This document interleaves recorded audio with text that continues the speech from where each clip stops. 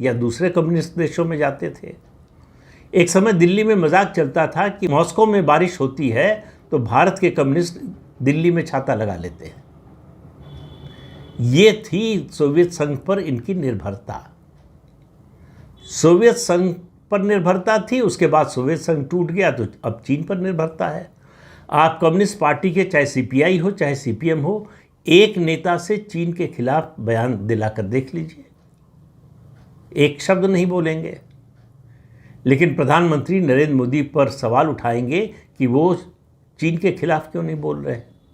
प्रधानमंत्री नरेंद्र मोदी का धैर्य ही, मैं बार बार कहता हूं, उनकी सबसे बड़ी ताकत है। और इसी ताकत के बूते उन्होंने चीन को झुकाया। चीन को समझौते के लिए मजबूर होना पड़ा।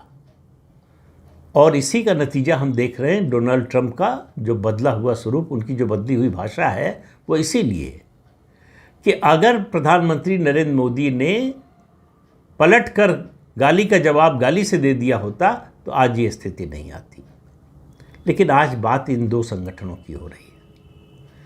देखिए, सकारात्मक सोच आपको कहाँ ले जा सकती है, इसका उदाहरण है राष्ट्रीय स्वयंसेवक संघ। समाज के लिए काम किया, समाज के लोगों के लिए काम किया। संगठन का घोषित उद्देश्य है व्यक्ति निर्माण। व्यक्ति निर्माण का काम किया, सेवा का काम किया। जब भी देश पर कोई संकट आया या किसी प्रदेश पर कोई प्राकृतिक आपदा आई, संघ के स्वयंसेवक आपको हर जगह खड़े मिल जाएंगे।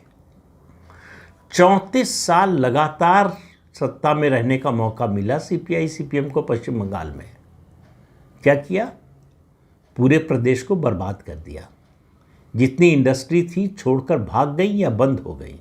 वहाँ जो पढ़े लिखे लोग, योग्य लोग थे, वो धीरे धीरे पश्चिम बंगाल छोड़कर चले गए। ये उपलब्धि है कम्युनिस्ट पार्टियों की भारत में। और आज भी उनका दिल धड़कता है तो हमास के लिए। पहलगाम में जो 26 हिंदुओं का नरसंहार हुआ, उनके लिए नहीं, उनके परिवार के लिए नहीं, हमास में मारे जाने वाले आतंकवादियों के लिए। हमास जो कि डेजिग्नेटेड आतंकवादी संगठन है, उसके समर्थन में केरल में सभा होती है। हमास का जो नेता है वो वीडियो कॉन्फ्रेंसिंग के जरिए उस सभा को संबोधित करता है। और उस हमास का समर्थन करने के लिए कम्युनिस्ट पार्टी मांग कर रही है, और उसमें कांग्रेस पार्टी भी शामिल है। अलग अलग तरह से भाषा अलग अलग है कि भारत को चाहिए कि इजराइल से सारे संबंध तोड़ ले।